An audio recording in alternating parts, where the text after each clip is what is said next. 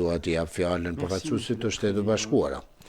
Faleminderit shumë kryetar dhe ju falenderoj përfaqësuese speciale e sekretarit Zonja Ziade për raportin. Edhe mirë pres edhe fjalën nga Ministra e Jashtme e Kosovës. Zonja PSP e theksojmë përpjekjet e kaluara të UNMIK-ut për nxitur dialogun dhe reformën ligjore. Por koha për të mbyllur UNMIK-un ka ardhur.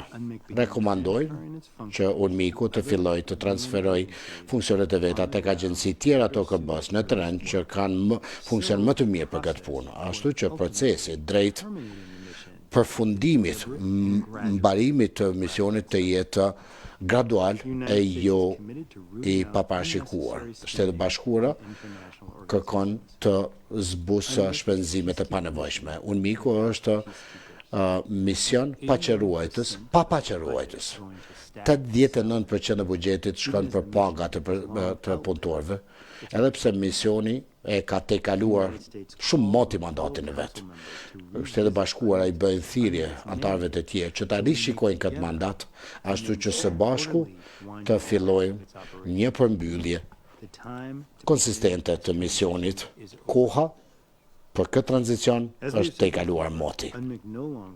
Siç e kemi thënë më parë, UNMIK-u nuk ka më rolin e qeverisjes të Kosovës. UNMIK-u ka tepër shumë burime, tepër shumë staf. Për sa i përket UNMIK-ut, inkurajojmë që takimet të jenë në dyert të mbyllura dhe të bëhen diskutime më pak performative.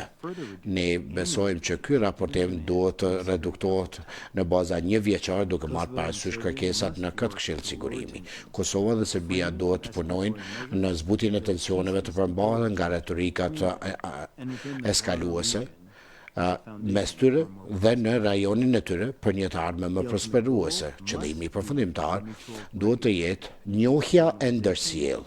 Normalizimi i marrëdhënieve midis Kosovës dhe Serbisë është qendror për gjithë Ballkanin Perëndimor. Amerika dhe komuniteti global janë më të sigurta kur vendet i zgjidhin konfliktet e tyre në mënyrë të paqësore dhe më të prosperues kur krijohet klima për investime tregti ndërkombëtare. Faleminderit shumë, zoti kryetar.